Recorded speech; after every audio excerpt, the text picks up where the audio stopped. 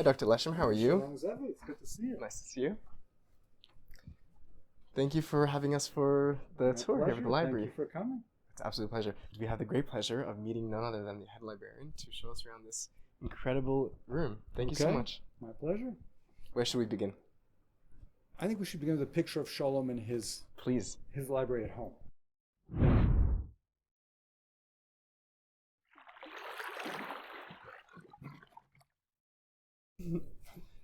That's okay. In the editing, you can do it.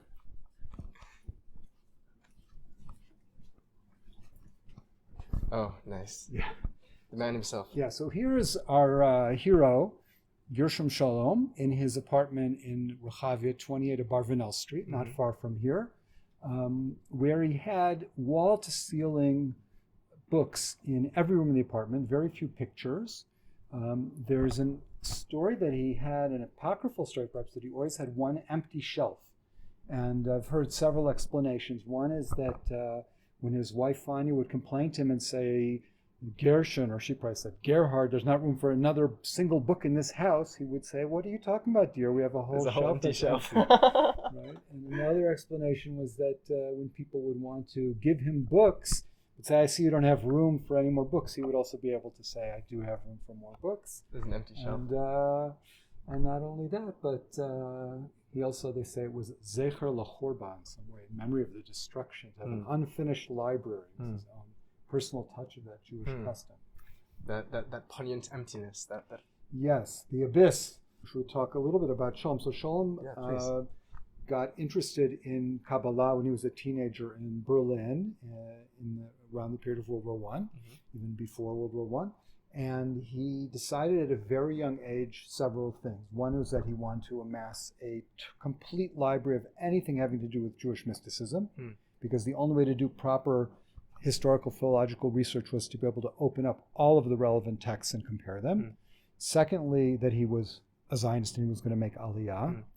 And thirdly, that he wanted his library after his 120 years on this earth to become part of the National Library of Israel and form a major research center in Jewish studies, which is exactly what happened. So that was the plan from all along. So the plan from all along. In his diary, he writes about it as a very early decision, and we have correspondence that he wrote to other Jewish intellectuals in Europe already to encourage them to do the same, to try to give their What an books. incredible foresight. Yeah, and another incredible foresight was that he put in the contract that he signed with the university in 1965 that his library would have to be kept separate in a separate reading room. And that's the only reason that you're standing in this amazing place. Because, for example, one of the people that also gave their amazing libraries to this library was Martin Buber, whose library is scattered throughout every room in this building. Because he didn't make that stipulation. Because he did not make a stipulation like that. Shalom had a lot of foresight in that sense. That's He's really very cool. savvy. That's really cool. Yeah. So your position wouldn't be around today if Shalom hadn't made that. Right. I'd be doing other stuff. I'd be probably in the Judaica reading room. That's very cool. I mean, it's a shame that there isn't also a Buber collection. They could be yes. between them. I once wanted to get Buber books and bring them here, but it really involved a lot of, before they got spread out, but I just didn't have time to do that before the place that they were taking up was needed and they were dispersed. Wow. Can you actually, these paintings are catching my attention. Can you talk us quickly what this one is here? This painting, which is by someone named Truda Krolik, and it says this was a donation by Shalom's wife Fania, who was very interested in art. She had a lot of art books and art history books. It says on it's a picture of Baal HaZohar when he was young. Now, I always thought that this was supposed to be Rashbi or Rishon Bar Yochai. Right. It's not how I picture him, even when he was young. Someone suggested to me that this is supposed to be Shalom himself as the Baal HaZohar when he was young, but I mean, we know for sure he didn't look like that. Baal HaZohar being the author of the Zohar. The author of the Zohar. Yeah. Wow. What would have made Shalom the author of the Zohar?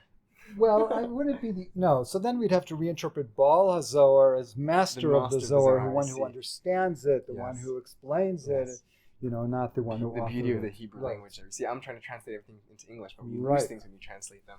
inevitably. Yeah, I mean, if you notice back, there's also a statue of Scholem, a Okay. bust, if you didn't Let's have a notice look. that before. Did you see it on the camera? Oh, I see the bust. Did Scholem have this bust made I'm not by sure. himself? This bust was made by a German artist named Ellen, whose last name I forget.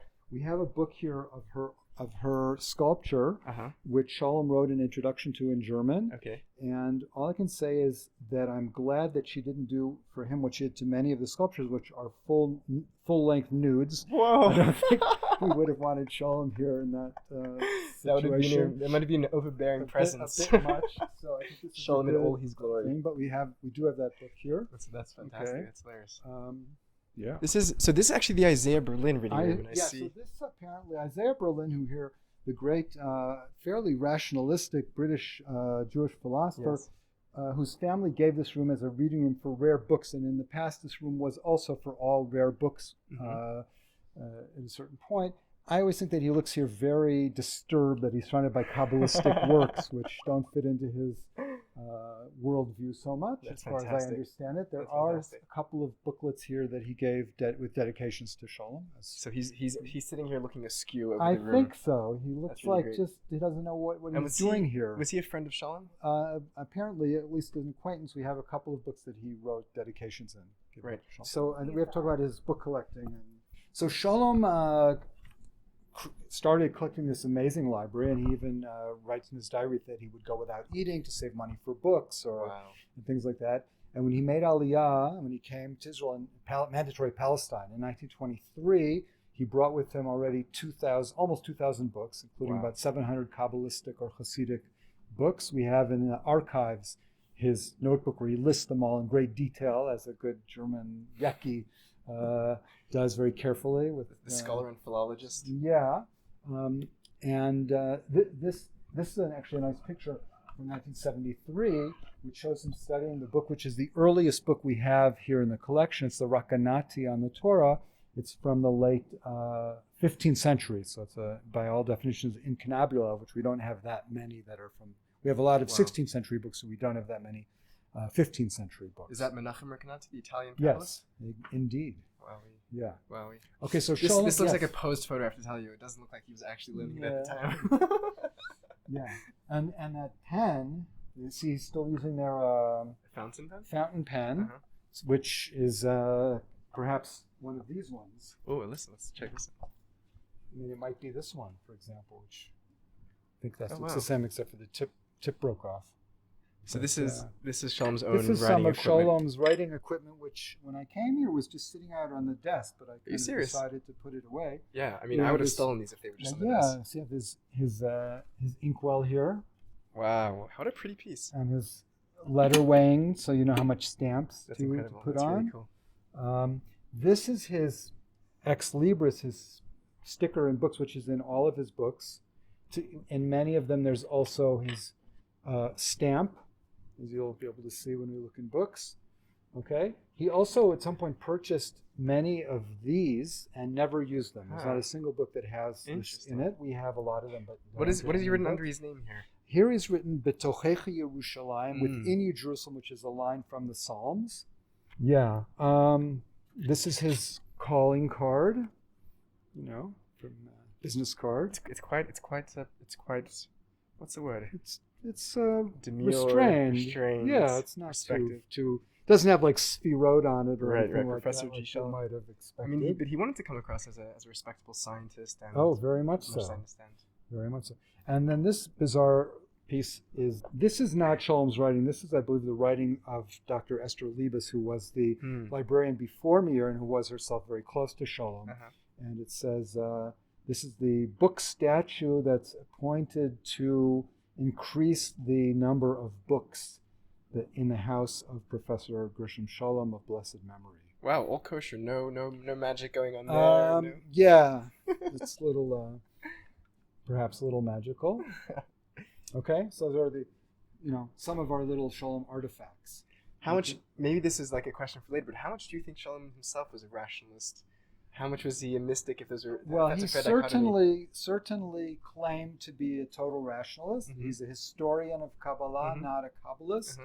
We do know that in later editions of his biography From Berlin to Jerusalem, he admitted what he didn't write in the early editions was that as a youth he did try out the breathing techniques of Rabbi Avraham Abulafia from the late 13th century, and that they do work. Or they really? Do, that's his conclusion? Yes. They're efficacious. Do help you achieve a different state of consciousness. Right. So that's an interesting legacy. And this is, he claims to be a rationalist despite having a book fairy to increase his library. Well, I don't, which I don't seems know. efficacious. He didn't write that himself. He didn't write that himself, so I trust that's probably. But I assume he saw it as a kind of tongue-in-cheek. Is that related to Yehuda Leibus? Yes. Yehuda Leibus' wife. Mother? Yes, wife. Yes. Beautiful. Yeah. Okay. So back to our story. So Shalom spent his whole early part of his whole entire life really collecting books. Mm-hmm. He would correspond with his mother and ask her to send him books from Germany. Mm-hmm. She wrote him once that she had a nightmare that he was drowning in a sea of Kabbalistic manuscripts. And he wrote back and said, "Okay, Mom, that's nice, but what about the book on alchemy you're supposed to send me?" So,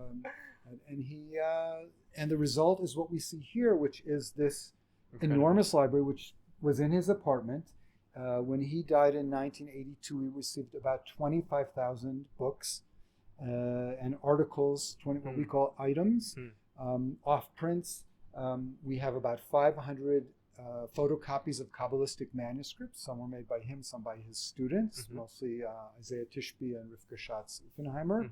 And what we're standing in the middle of here, about 4,000 plus rare books of all different kinds, which we'll look at some in a few moments. Yeah. So from what I understand, you've kept the order that Shalom had them in his private Exactly. library. So let's look at that order by beginning at the beginning. Please. This is I'm so excited to be doing this. You have no idea. Okay, so the library here is organized in the same order that Shalom organized it himself, meaning he began with the earliest Kabbalistic texts according to the primary sources, according to his understanding. So you begin here with Sefer Yetzirah, the Book of Formation, and then you have the German Pietists, and Sefer HaBahir, the sort of Provençal Kabbalah, okay? And then the Spanish Kabbalah. The Zohar should be here, but I think in his house he had it in a special wall, the Zohar wall or something, so it ends up being out of place. Oh, interesting. So that's also an interesting note historically, that it's sort of displaced in his historical lineage here. Yeah. I think either in his house there was like a window that got in the way or something like that, or he just had a special Zohar wall. I should really ask Eti Liebes. She that is fascinating. Could answer me.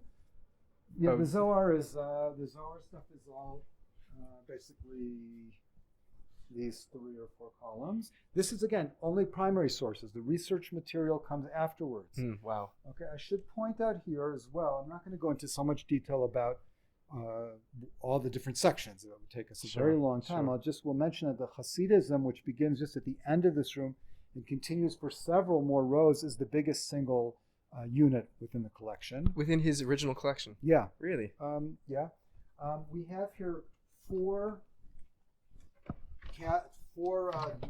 2 cabinets here and here of books and articles by and about Shalom, which we keep separately. Yes. Okay. So these are books that he wrote, and as we go on, there are more and more things about him. I can see we have multiple. We have some in. We have in several. Chinese. Right. We have with many translations: Russian, Hebrew, French, German, Italian, Polish, Korean, Chinese, etc. As long as we're standing here, so I'll just show you one example of the manuscript, the Kabbalistic manuscripts that we have here that are photocopied. We have, as I said, about 500 of these. This one is from the Zohar collection that was actually done not by Shalom, but by his student Rivka Schatz, as part of what she called Mifal HaZohar. They had planned to put out a 40-something volume critical edition of the Zohar, and she died young, and it sort of fell apart, unfortunately. But so this is part of a much, much bigger project here. Put it away later. Okay. All right, so let's maybe go see what else is out there. כן, זה מה שעושים פה. כן, זה החקירה המודרני, היומי. Half the time I'm photographing books here too. מה השם שלך? רבקה. רבקה, מה את חוקרת? קמעות מהתקופה הביזנטית. Amulets from the Byzantine period? Yeah, from Incredible. late antique. Where are you studying? The Tel Aviv University. That's very cool. Yes. Okay. So what I wanted to explain then in terms of the order. Now, as I said, Shalom's library had about 25,000 books. We now have 35,000 books here because we're a real research center. We're not just a museum of Shalom. Right. So that means that today, basically, every third book you pull off the shelf was not Shalom's. But if you take out the books that are older, then you'll pretty much always find either or both of his sticker that we looked at before and his stamp. Very cool. Right? Whereas newer books that were published after 1982 are obviously not going to have, then we don't put the stamp because we don't want to make that confusion. But still, this giant library, 2/3 of it was in his apartment. That's really incredible. I didn't realize that such much of the ratio was actually his. Can you tell us a little about how it's both a museum and a research facility at once? That's really incredible to me. Well, I would say the following that's important to point out. Shalom himself is a topic of great research. Of course. Not only as a Kabbalah scholar, but also as a political, cultural figure. Yes. He's very, very popular. Several biographies have come out of him in the last couple of years, as well as a book about his family and a book about his brother, who we mentioned before. Yes. So people are also very interested in him, and part of knowing about him is knowing what was in his library. So it's significant to people to see what's in his library and to see his writing in his books, which we should look at also as well, and to see also how he arranged the books. It's part of the reason we're very careful to keep the same arrangement. There's something to be learned about why he put this book here and not somewhere else, why these books he kept together. For example, you want an example of that? Yes, okay, so where are the books about Sabbatianism in this library? Okay, that is a very telling. No, luckily not front and center.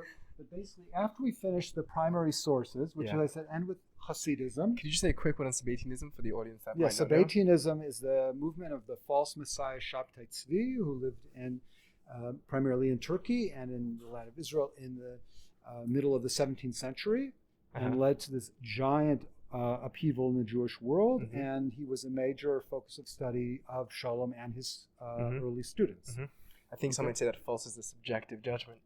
False is definitely a subjective judgment. I think Shalom himself would have, that's sort of the way he's known in the world. Shalom, wanting to be an objective scholar, certainly was not interested in deciding whether he was false or not, because that's already that's essentially a religious judgment, and Shalom was trying to look at things, at least theoretically, attempting to look at things objectively, although he was accused himself of being pro-Sabbatian, kind of a sort of a believer in a way in that by some of his critics. Yes, definitely. Which is an interesting topic. Definitely. So after the end of the Hasidism section, then there's a big section of Kabbalistic prayer books and Hasidic prayer books, and then begins all of the materials, the research material in the same order again.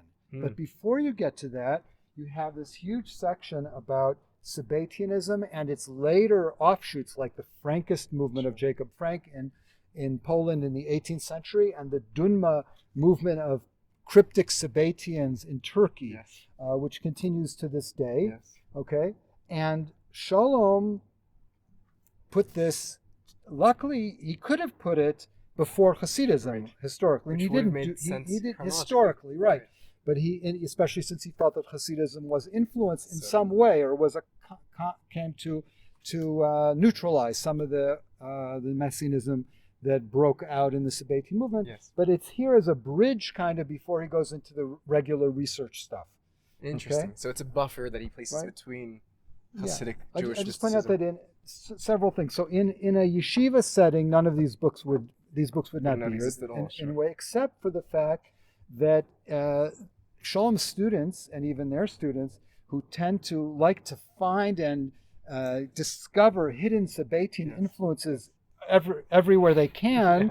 So, for example, the Ramchal, Rav Moshe Chaim Luzzatto, who is considered in the entire Orthodox religious world today as one of the most great pious people that ever lived in the Jewish tradition, but was in his own time considered to be, was accused of Sabbatianism. So the research material about him is found here as well. Okay, and Shalom put here the books of Rebbe Yonatan Eibschutz, who is considered to be today in the Orthodox world, one of the holiest people that ever lived, Yeah. because he was accused by Yaakov Emden, a contemporary of his in the 18th century, of being a Sabbatian. Yes, correct. So all of that ends up being here. Wow. So from a religious perspective, it's a real travesty that books by these holy people are found together with books of the Sabbatians, etc. Can we get this on camera just a second? We have Jonas Neibschitz here.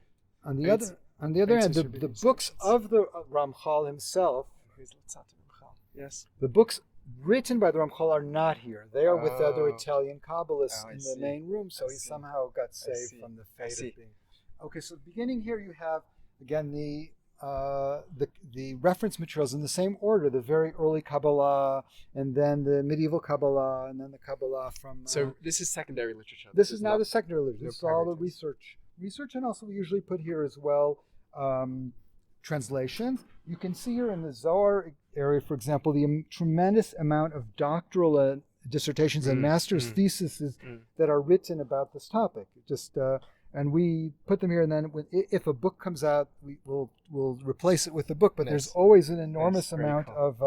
You can see here as well. There's just an endless amount of. This is about the Kabbalah in the 16th century Sfat, Safed, of the Ari and Rav Moshe Cordoveros is also enormous amount. I really love this because it both gives you a visual sense of how much new work is coming out, and there's something fresh and alive about this. The fact that they don't have their covers on them means that they're off the press, they're off the print, well, people like to bring their dissertations, which were often written in this room. Incredible. They want them to be here because they want people to read them and quote them. It's a full circle. Yeah, I see a lot of my friends' work here on the shelves. It's very cool. Yeah. This whole row almost is research about Hasidism, and then after that it becomes more universal by and large. We have here a large section about Christian Kabbalah. During the Renaissance, there was a phenomenon, especially in Italy, but also in Germany, of very learned, usually clergy people, who were translating Kabbalistic works into Latin or into German, studying them, disseminating them. Some of them got into a lot of trouble with the church as well. Some of them were studying together with rabbis, especially in Italy, which was also pretty controversial. And then we begin basically rows and rows of general mysticism of other religions, Christianity primarily. That's the cultural realm that Shalom came out of course, but also Islam, Hinduism, Taoism, Buddhism, and then as well there's a lot of philosophy, a lot of history, a lot of psychology, and it ends, the last section is basically a huge section of German literature, which is including a lot of Shalom's friends like Walter Benjamin, and people who he had more complex relationships with, like Hannah Arendt and Theodor Adorno, and people from the so-called Frankfurt School, who he had a very complex relationship with them, and it was all centered in a way around Walter Benjamin. But that's another big story. Maybe do you actually show us the hole out front? Can you tell us a bit about the stained glass? There are people who can give you an hour-long discussion. I think that might be excessive. Yeah. I can tell you my papers. Good, yeah. Very short. Okay, these are called the Adorno windows, and as everyone always asks, the answer is no, they will not come with us to the new building, unfortunately. But basically, what you have here is one of the biggest stained glass windows in the world, if I understand correctly, which is based on the vision of Isaiah of eternal peace in the Messianic era. And my very simplistic explanation is that we begin over here with creation on that panel. So you have this sort of blue and this kind of creation of the heavens and all that. The middle panel, which has a lot of red in it, I think represents history, which is full of bloodshed. But it also, he put in the middle the Sfirot, the chart of the Kabbalistic emanations of God, is kind of that's the sort of what's apparently running the whole thing. And then the last, I'm sure Shalom is happy with that. I don't know if Shalom saw it. I'd have to check the date. And that was easy to do. And it ends with the vision of peace of Isaiah, where the weapons below are being transformed into plowshares and shovels in the top. So that's sort of the final vision. Yeah, I'm sure there's a lot of art analysis to do with the positioning, the fact that they're descending, and Oh no, but that's very. No. I'm curious what this must be the Latin verses of Genesis. No, this is actually the verse in Isaiah that in the future all the people will go up to the house of the Lord, which is part of the Messianic vision in several different languages. Oh wow! Come, let us go up to the Yeah. mountain of the house. Oh, right. Yeah. Very cool. Yeah. Very cool. So there's something in the very first moments of Genesis that are already pointing to the end. Yeah. Yes. Exactly. There's a full circle there. Yeah. Another sort of bittersweet thing here is that his wife Miriam died while he was making it, and he put here, it says a memorial candle for Miriam. This has no artificial light. It changes all during the day. Wow. It looks different. Wow. And in the morning, when the sun comes up behind it, it lights up the candle in memory of That's so Miriam. beautiful. That's really beautiful. Wow. You probably want to look at this too. Yeah, of course. Because this is actually part of a scroll, of a manuscript written on a parchment that we have here in the library. This isn't even the whole thing. This is part of it. The real one is long, narrow scroll, and it basically shows the progression of the worlds and the different sphirot from a Kabbalistic perspective.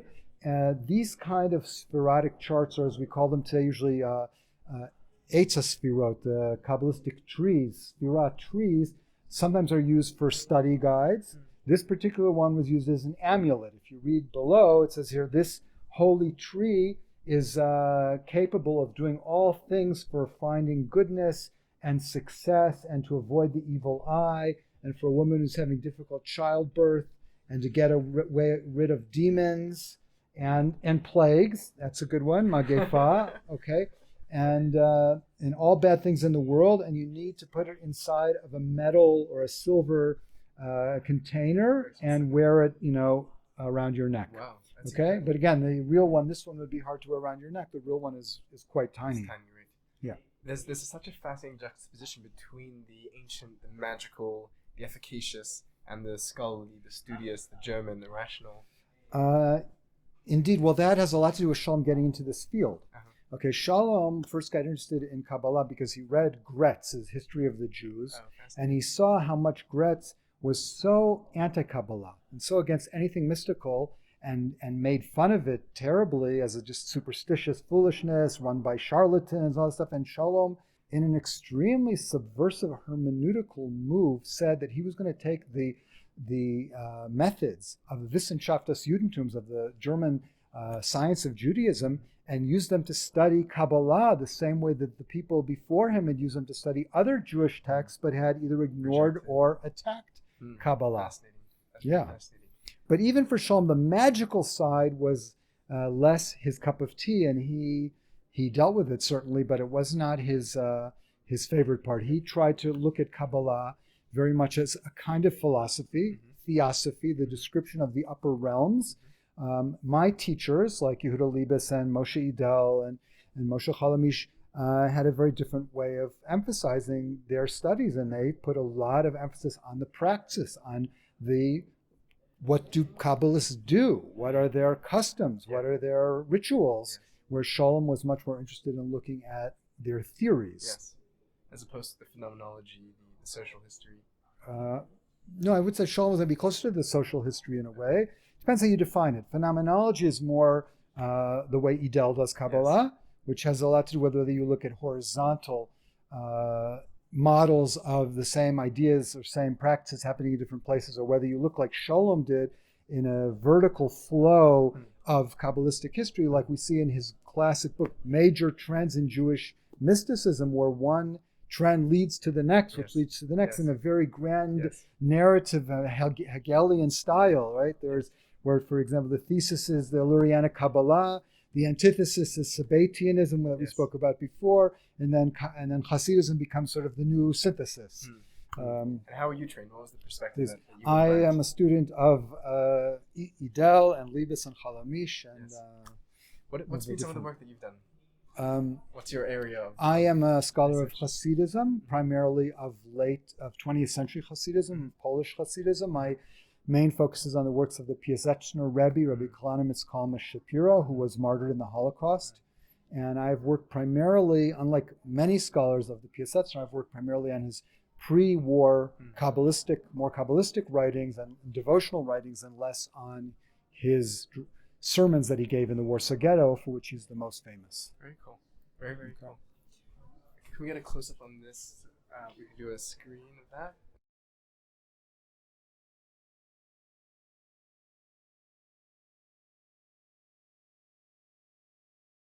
After you. Thank you. After you. So you were up to looking at rare books? I wanted just to quickly get the names in the front, and then I'd love to see the recollection. Yes. So we began with Kabbalah. Here we have a Hasidut. Could you just run us through the we have here now several rows of Hasidism, okay, which comes up to around here. Here, as I said before, both Hasidism as well as Kabbalistic prayer books, and the materials on Sabbatianism, on the Shabtai Tzvi, and later offshoots of Messianic movements. And then we begin the research material. Here we have research material on Sabbatianism, on the ancient Jewish mysticism called the Heichalot, the chambers mysticism that talk about God's palace, Hasidut Ashkenaz, the German pietists of the early medieval period. And then we get to Kabbalah of the 13th century, which includes, of course, the Zohar is the centerpiece. According to most scholars, including Shalom, after a brief hiatus as a young man, believe the Zohar was composed in Spain in the late 13th century. And then we get to Kabbalah Tzfat, the Kabbalah in Tzfat in the 16th century, which is mostly associated with the name of Rabbi Isaac Luria, the Ari. Okay, and also some Italian Kabbalah, cool. Which my teacher Moshe Idel wrote. I love how this selection here itself tells the story of the history. Yeah. Okay, so here we have after the conclusion of the Kabbalah in Italy, seemingly extremely out of place, we have all the research material on Rav Avram Yitzchak Cohen Kook, the first chief rabbi, Ashkenazi chief rabbi of modern Palestine, and his students. This is here because in the source material, Shalom put Rav Kook's books next to those of the other 20th century Kabbalists in Jerusalem. Before Hasidism, it's kind of an aberration, but then that's why these books are here out of place chronologically. After we have all the research on Hasidism, which continues for a very long time. Was Shalom fond of Rav Kook? Shalom was extremely fond of Rav Kook. They did have one meeting once when he was obviously a young man, and Rav Kook came out and said to the person who arranged the meeting, wow, this guy really does know a lot of Kabbalah. Shalom saw Rav Kook as being one of the few authentic Jewish mystics that still exist, and he writes about him in a number of places in very, very reverential terms, which was not so typical for him. Yeah, very cool. The other person, it's interesting to compare, who he saw as a contemporary, still real mystic, was Reb Arla Roth, the head of what came to be known as Toldos Aron Hasidism in Israel, who he saw also as a real mystic at the time. It's interesting that according to rumor, Shalom recommended to Emmanuel Levinas, the French Jewish philosopher, that he study the works of Rav Aaron Roth. Really? Shomer Amunim. Really fascinating. Yes. Fascinating. Yes. Wonderful connection still there. It's interesting because Shalom's been criticized a lot for ignoring the Kabbalists of his own day. Exactly. Shalom was criticized for ignoring the Kabbalists of his own day, though he did meet with the Nazir, Rava Nazir, Rabbi Kook's student, and together they studied manuscripts of Rabbi Avraham Abulafia. Really? That is okay. I don't know if it was Chavrus or maybe Shalom showed the Nazir the manuscripts that he'd taken pictures of. But Shalom has certainly been criticized of being interested only in Kabbalah in the past and not wanting to believe that it was still happening. On the other hand, the last line in Major Trends in Jewish Mysticism, which were based on lectures that he gave in New York in 1938, he says, which became his magnum opus. He said, and who knows, this can break out again at any time in me or in you, which some people feel sort of that was his opening that he is interested, in fact, in his own mystical life, so to speak. It seems, from that last page reading myself, it seems like his telling of the story is his invitation for the story to continue, right? That's the famous story that he ends with. Perhaps, yeah. He ends with the famous story, which exists in many different versions, which Levi Cooper, you probably know, another fine Australian scholar. Dr. Levi Cooper wrote a really interesting article comparing all the different versions of that story and how they all represent different ideological positions that are being given. That sounds like his research. Yeah. So here we have now we have secondary literature beginning with Hasidut. First the old Kabbalah, then Hasidut, and then now we have here the Christian Kabbalah and Christianity. Yes, Christian mysticism. More Christianity. We have more research on Kabbalah, which is, in my mind, also sort of out of place, but it's too hard to change. Philosophy, Musar, Jewish ethics, Jewish Kabbalistic philosophy. Okay, so in psychology here, so you have a lot of both Freud, who Scholem didn't really like his psychoanalysis, and Jung, who Scholem was much closer to his archetypical perspective and mythological perspective on psychology, although he had a complex relationship with Jung because of Jung's Nazi sympathies before the war. That's also a big topic on which quite a bit has been written. Sure. But, we won't get into is there it a now. collection of music here? There is... Or many? Not that I know of. What is this here? Yeah, I know that's what it says. So I guess there probably is at least one book in there. There are some books on music. There's some books on Hasidic music. Oh, interesting. Okay, as well. Okay, so after psychology, and then we have here a Kabbalah from the 20th century, and again, more Kabbalistic research on Kabbalah. And then we have a big section on Gnosticism. Scholem believed that Kabbalah was a kind of Jewish Gnosticism, which is a position very much criticized by Edel and others. So you have here a very large section of books from and about Gnosticism. And then other Christian sects, the Cathars, and ancient magic like the Hermetic magic. And that continues here to alchemy, astrology, myth, magic, and then we get to Eastern religions. We have Muslim, Sufism, basically, and then that continues right after that with Zoroastrianism, Buddhism, Hinduism, other Confucius, Taoism, and then for some reason we get back into a Jewish area, and we have books pertaining to tefillah, Jewish philosophy, Jewish rituals. Somehow everything here is couched and surrounded by its Jewish context. Or some people might say everything's surrounded in some way by Christian context. It sort of depends on what you look at as the inside and the outside. Sure. Okay, here we have a nice collection of rabbinic literature, but not so much on the legal side, more on the Midrashic side. There's a very good collection of Midrashim and rabbinic lore, let's say, or books about the Bible and interpretations of the Bible. We have here also a lot of books about the Apocrypha, the Dead Sea Scrolls, and ancient Christianity. These things that he saw as things which perhaps were influential on later Jewish mysticism as well. Yeah, very cool. Very cool.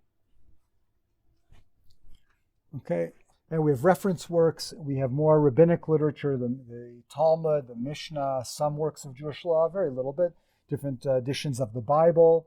Okay, and then there's a very big sections of Jubilee books in honor or in memory of people that often are filled with very, very important essays and articles of all sorts.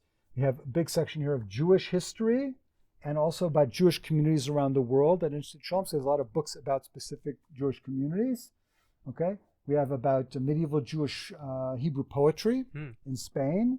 And then we have a section of German literature, which includes big sections on Kafka and Walter Benjamin, who was a friend of Scholem. Who was a very close friend and a big influence on Scholem. And then we end with more reference works in encyclopedia, dictionaries, collections of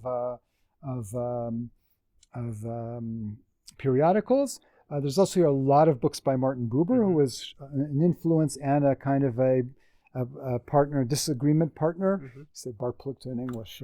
Interlocutor, something like that, with Scholem for many, many years, and a lot of books by Adorno, the Hebrew author, who was a very close friend of Scholem. That pretty much ties it up in terms of what's here. A lot. Is this Goethe? Yes. Goethe and Adorno. Yeah. Very cool. it's really cool to get in Shalom's mind via his books. I feel a sense of intimacy here with him, particularly when you see his handwriting in the margins. So we can look at some. Yeah, please, let's see that. We can do that. Let's look at some rare books now. Oh, can we? This is a very popular spot here. This is important. You have to get these beautiful chairs. This is one of my favorite spots to sit. Can we pose here? We'll do a seated pose for the thumbnail. Okay.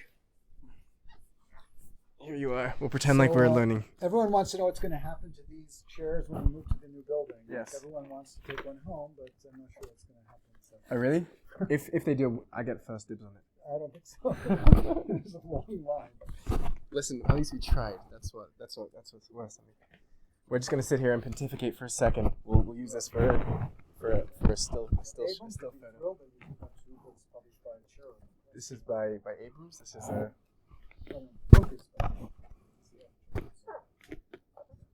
Wait, give us your best scholarly pose. Nice. Wait, I think actually this is very important because this is the newest books that are coming in. Yes, and this is a very popular spot. Yeah, so tell us a bit about this before we get to the... Okay, so this is our new book cart, and the new building will have a more proper new book display, but this is a really popular thing, and it changes all the time because we're always getting new books. Basically, we have here a collection of both primary literature, like new editions of Hasidic and Kabbalistic works, as well as all kinds of scholarly work, like this book by Moshe Idel on evil and Kabbalah. Not too long ago, Idel had 4 or 5 new books on here at the same time, which I believe is a record for Guinness Book of World Records. He's an extraordinarily prolific writer. And this is a very popular place. When people come in, if they haven't been here for a few weeks, this is the first place they go and that's check certainly what I do. everything out. This is the first place I come to see what's been done. Mm-hmm. This, I always feel it makes me feel like a little bad for not putting out my own work because I come and see how much work has been put out while I'm slouching around. So it's a sort of a kick up the backside. So these are new books here, and this is the same. These are also new dissertations. So yeah. By the way, new doesn't necessarily mean new in the world. It could mean new here.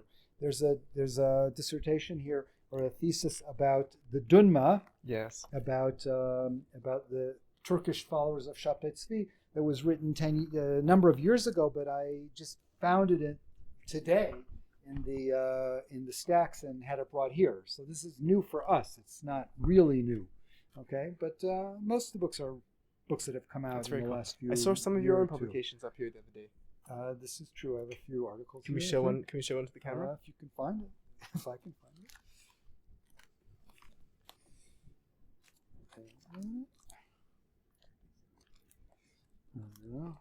While we're looking for that, I just want to tell the camera that this beautiful looking book is from Boaz Huss called Mystifying Kabbalah, where he makes a case that Kabbalah is not mysticism. There is no such thing as Jewish mysticism. There's no such thing as mysticism at all, and there's no such thing as religion either. And Boaz Huss, we are coming for you because we're going to make a video response to this chapter because we disagree, and that's what we do with love. But we're coming for you. Be warned. Wow. You sure? This is getting boring. I guess you won't show this whole one. I also saw, what's his name? My good friend here. He has Aviv Lubin has some books here. Yes. Maybe we'll. His master's thesis. Let's show this up. This is from my friend who'll be very happy that I'm showing it off. Aviv Lubin, Deep Stream, Radical Faith and Revelatory Hermeneutics. Or Yitzchak Breiter, leader of the 20th century Polish breast of Hasidism. He did his master's degree with the Bar-Ilan University. I'm very proud of him. I found a Hebrew one.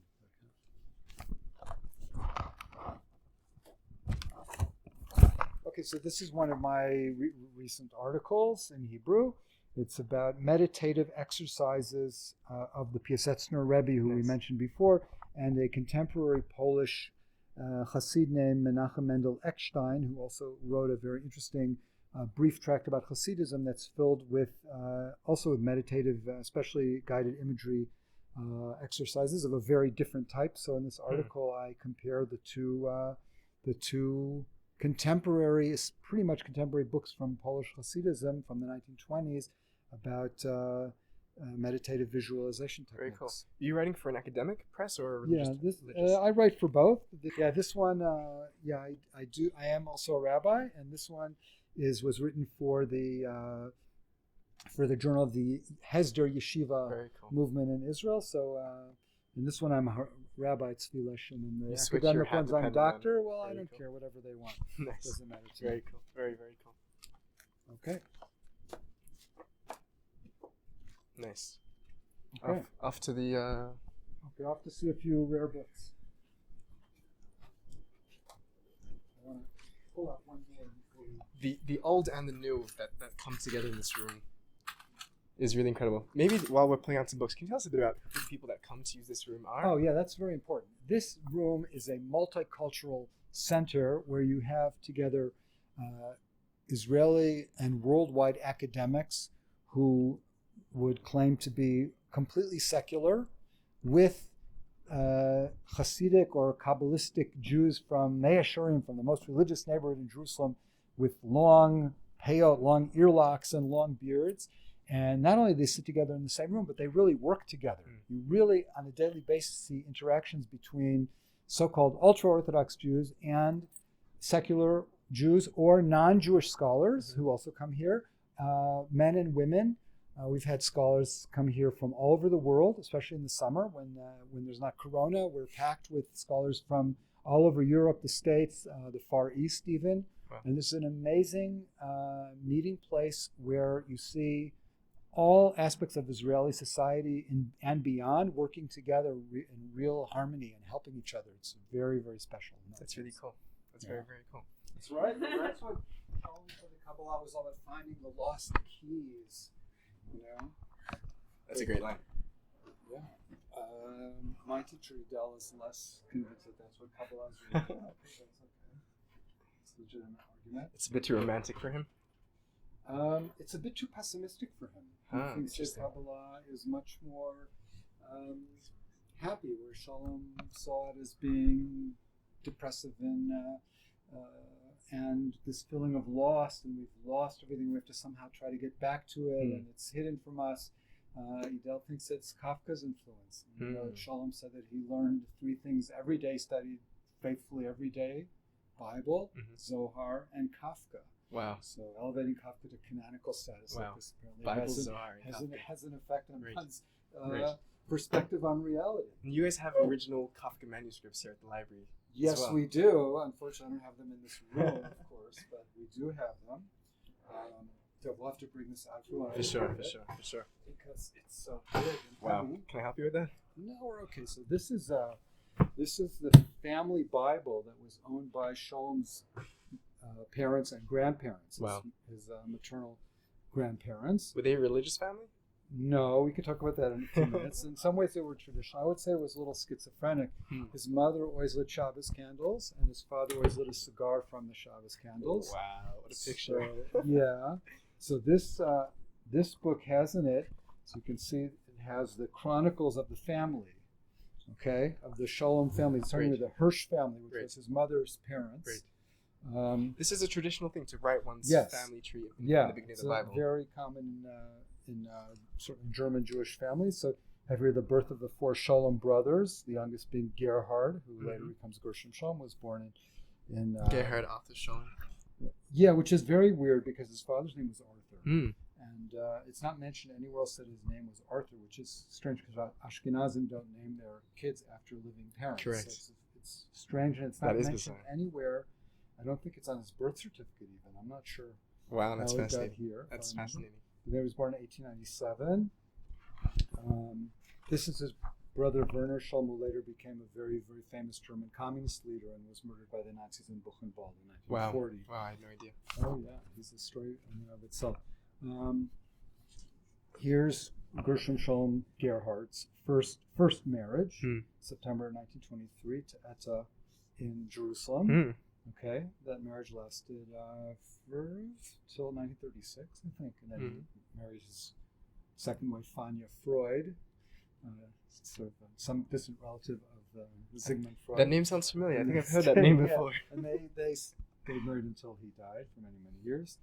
Okay, so this is I don't know how much you want to get into this, but Werner married a non-Jew, which was a bit of a scandal in the family, even though his father was into to kind of assimilation, but he had his limits, and that was sort of crossed the limits. But they wrote it down anyways. Wow. And the one of the latest entries, we won't go into. There's 6 pages. This has all been scanned. It's on the website of the library. There's an article about it in Hebrew and in English. The last thing written we'll post that in the description. Is the death of Shalom's father, Shalom, who died in 1925. That's the last edition. Yeah, I think so. Oh, it's interesting. It's been changed from 24 to 25. Interesting. Okay. And that the rest of his family, his mother and his other 2 brothers, fled to Australia. Really? When the Nazis came to power, or quite late, right? Just not quite late in the 30s. Where in Australia? In Sydney. That's there right. are still Shaloms in Sydney. Are you serious? Yes. They're my neighbors. Okay. Yeah. We'll find them. One of them became a Chabadnik. There's a Chabadnik Shalom living in Sydney, and I don't know. I think he may have died. I mean, these people are a lot older. I'm gonna have to chat to my dad about this. He knows everyone in Sydney. Okay. Yeah. All right. Yeah. Cool. Can I see inside? I love. Yeah. I love cool. Dory. Oh no, it's an amazing book. It's not considered a rare book. There are copies in the regular book stacks. Oh. But this copy is obviously a unique, rare book because of the Shalom listings. This is funny. So this is from the book of Samuel, and here we have Das Kapital, not the not of Marx and Engels. We have Marx and Engels as well here. Shalom was not a Marxist, early but he edition? certainly read it. I don't know. Go look. That's I'd have to look for it. That's very cool. Yeah. I'm a huge fan of Dory's artwork. If anyone's looking for a birthday gift to buy Zevi, they should buy some Dory. Okay. So let me just. In order to get to here, I'm going to take a moment to put this back. You want to see the cartouche? Yes, please. See it, pull it out. Please, yeah. Let's get the shot. This is the. And I'll carry it over there and show it to you, Please, and then I'll show you the other books. Okay, so Gershom Scholem, in his spare time, wrote himself a dictionary, so to speak, of Zoharic Aramaic in 7,000 file cards. Wow. This is not the whole thing. It continues in part of this drawer. Each card, and they're not even really cards, they're little pieces of paper. Each card has on it kind of a one word, which is the dictionary entry, followed by translations and definitions in Hebrew and or German, places that it appears in the Zohar or in other Kabbalistic literature, and various discussions of it. This is scanned. It's on the library website. You can read this at home when you have insomnia. Okay, but so this is a very, very amazing piece of work, which was not published. Okay, that's very cool. Yeah, it's very important for people who study the language of the Zohar. Okay, let me show you some other books of Shalom. Please. Rare books of different sorts. There are rare books for many different reasons. Sure. This is one of my favorites. This is a really beautiful classic rare book, old book. Sefer Yetzirah from Mantoba in Italy from 1562. Wow. Yeah. It's gorgeous. It's gorgeous. They used good paper in those days.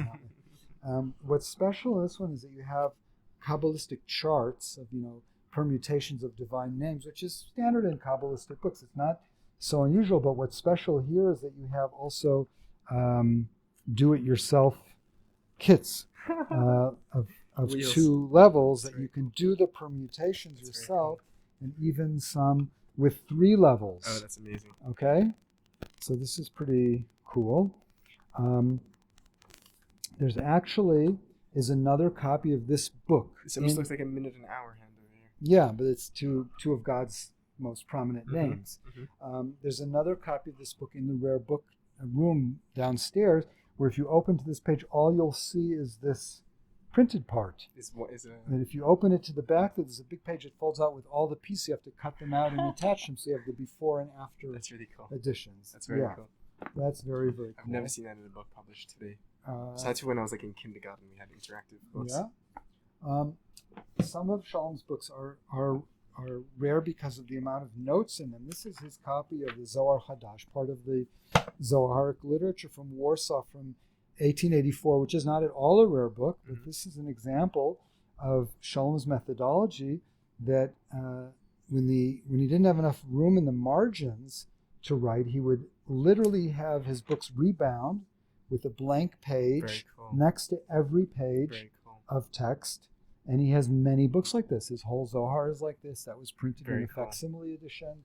And even his own books, when he was preparing them for the further editions, he would do this so that he could write all of his corrections and stuff. Very cool. So this is, obviously this is the only copy in the world that's anything like this. Sure, yeah. Again, most of these things are scanned on the website of the National Library, so you can look at them. Whenever you see blue pen, that's ballpoint pen, that's later. That's from the 1970s. That's like the last decade of his life. That's very helpful. So we're able to distinguish between his own to some extent. Like that. Yeah.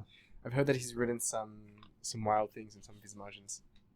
Yeah, he's written sometimes pretty unpleasant criticism of people. There's one book that he wrote on it. What a shame about this for this beautiful paper. A waste of fine paper. Yeah, a waste of fine paper. There's another book that someone wrote him a dedication, said, to my teacher or something, and he wrote next to that, woe to the teacher that this is his student. So yeah, he has sometimes some unpleasant comments to make. He has a sharp tongue. He definitely was a sharp in that sense. Okay, a couple of my favorites. Please. This is Sefer Tzikaret Tzaddik of the famous Hasidic Rebbe, Rabbi Tzadok HaKohen of Lublin, who died in 1900. This is one of his earlier books from the 1840s, Tzikaret Tzaddik, that was published in 1902 in Lublin. All of his books were published posthumously by his students. This book underwent internal censorship, meaning that the students left out sections. For example, here you see chapter 53. Mm-hmm. Here's chapter 55. And here it says chapter 54 is missing. Okay, there are about 10 things left out like that they were deemed as being too radical to put in. In the 60s, they began to be publishing the missing parts. So where did those missing parts come from? So I'd like to say they came from this, which is not exactly true, but it's pretty close. What we have here in the back is a manuscript. Wow. The sections left out of the Holy Book Tzikaret Tzaddik that were left out in the printed edition were one of his Hasidim copied for himself the parts that had been left out of the book, presumably from the original manuscript of Rav Tzadok himself. That's epic. Okay. This section, so there's another copy like this, where the editions are around the sides, not in the back, and that's the one from which they published the editions. Although this piece, Kuf Samach Bet 162, was not in that one, and it was later published just from here by itself. Very cool. I see it's two different colors here. Yeah, I'm not sure what to make of that. There's one section that's still missing in all the editions, so if you find it, please be in touch with us, and we'll Which one is quite a scoop. I think it's 64. That's very cool. I like how they've done this little calligraphic. Yeah, I don't know if it's 64. Maybe it's 74. I think it's Ayin Daled.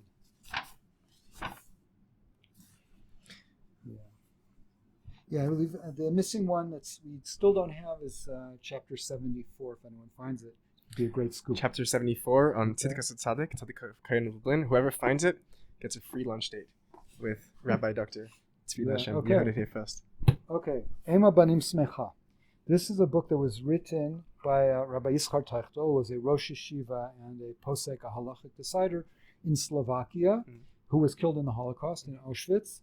And he, in the 1940s, was hiding in Budapest, and he wrote this book. And in this book, he went from being essentially left his pre-war position as an anti-Zionistic Munkacher Hasid to being what we would tend to call, even though not everyone would agree, you could argue about the terminology, of fairly Zionistic position.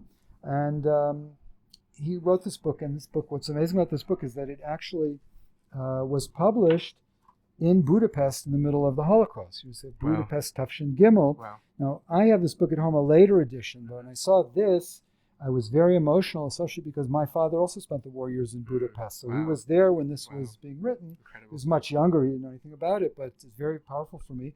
And you can see this book was owned at some point by Agudas Yisrael, the Jewish ultra-Orthodox organization in Budapest. Wow. Now, when I saw this, I was totally blown away and emotional, but the truth is that this is not the amazing part of this book. The amazing part of this book is this, which is an autograph written by the author No way. shortly before he was deported to Auschwitz and killed. Way. No way. Yes, way. Addressed to another rabbi named Ephraim Ebert, and blessing him that he should be able to go to Israel, and at the end blessing that God should save the Jewish people, etc. And as I said, this was very shortly before he was killed. Now, we tried to figure out who is this Rabbi Ebert, and we couldn't find any information about him. In Yad Vashem, there was nothing about him. We assumed he was killed in the Holocaust. We did know that this book stayed in Budapest until 1970, when someone in the community there gave it to Shalom's student, Rivka Schatz, and she gave it to Shalom. So obviously, Ebert, apparently, we thought, had died in the Holocaust, and the book stayed in Budapest and found its way here eventually. In fact, we, a few years ago, published a short post about this, and it ended with a line, but we don't know anything about this Rabbi Ebert. And then I get a phone call. Hi, I'm Rabbi Ebert's great-granddaughter. Can I come see you? No way. Absolutely. And she came in and gave me all this information about Rabbi Ebert, this happy-looking gentleman here, who made Aliyah, came to Israel after the Shoah was over, without this book. I suspect he never even received the book, that the author may not have had a chance to give it to him. But this is the fellow who was at least supposed to get the book. Incredible. And so, of course, we wrote a little follow-up piece about a happy, relatively happy ending. That's incredible. That's incredible. Okay, I want to end with, I mentioned we have many books, I think close to 1,000 books of dedications that people wrote for Shalom. Some of which are boring, but many which are extremely interesting historically, culturally, etc. So I'm only going to show you two very different ones. Please. This is one of several from Walter Benjamin, Shalom's dear friend and mentor of sorts, from his book about German tragic theater. Okay, and Benjamin here wrote to Shalom. My German is very poor, but I know what it says. It basically says that this is a book that will be for the far corners of your Kabbalistic library, your Kabbalistica Bibliotheker from Walter Benjamin. Why? Because it's not about anything about Kabbalah. Where does it belong? It belongs with all the German literature and all of that stuff, but not in the center. That's great. So this is a pretty, very beautiful. Nice handwriting also. Yeah. Okay. And I'll just end with another very funny, also in German, from the Dada movement. One of the leaders of the Dada sort of modern art movement in Israel was named Hans Richter, and he gave Shalom 2 books. And in both books, the dedication is in the form of a picture. That's okay, so I don't know what it says, also in German, but it's very cool. Someone in one of the German viewers will have to translate for us in the comments. That's really great. That's very cool. That's really, really beautiful. Yeah. Wow. I feel like we spent an hour with Shalom. It was really good. I hope he's happy. I hope he feels that I represented him properly. For sure. Did you ever meet Gershom? I did not meet him, but I did hear him speak once. And that could also be part of a story of a book if you want. For sure. Okay. Ema Banu Smecha was quite a controversial book because it was an about face, it was a change of position. Rabbi Trabi wrote to his sons, tell people that your father was not a Zionist. Really fascinating, incredible.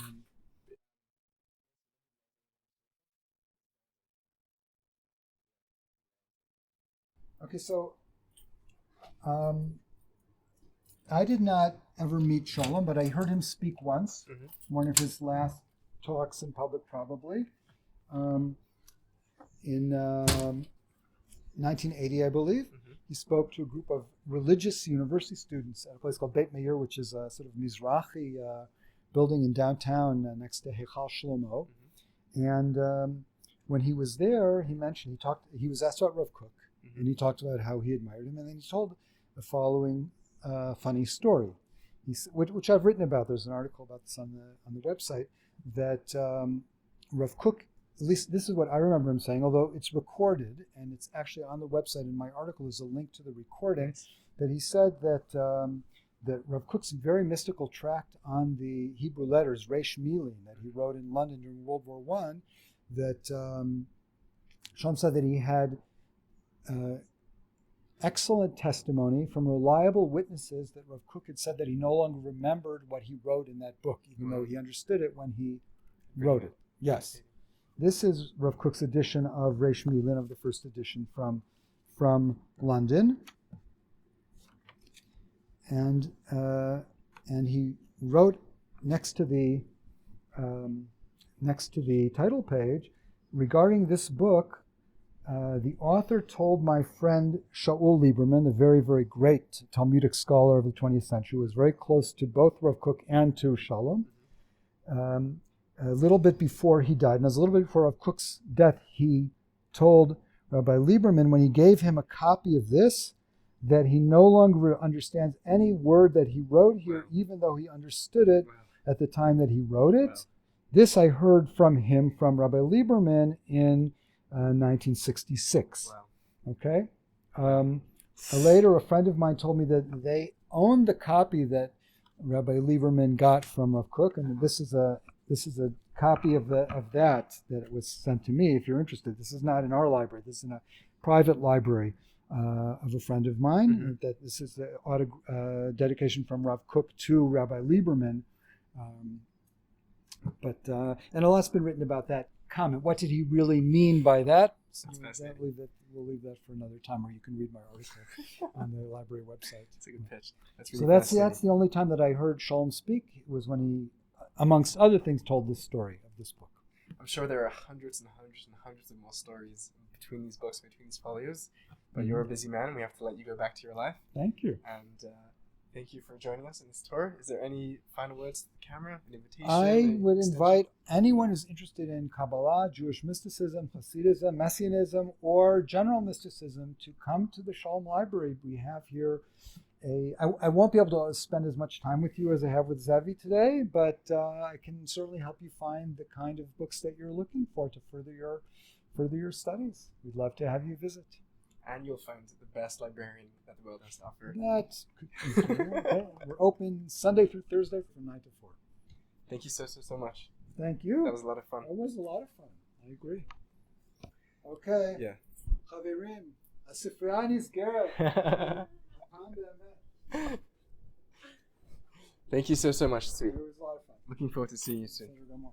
Nice to meet you. Thank you.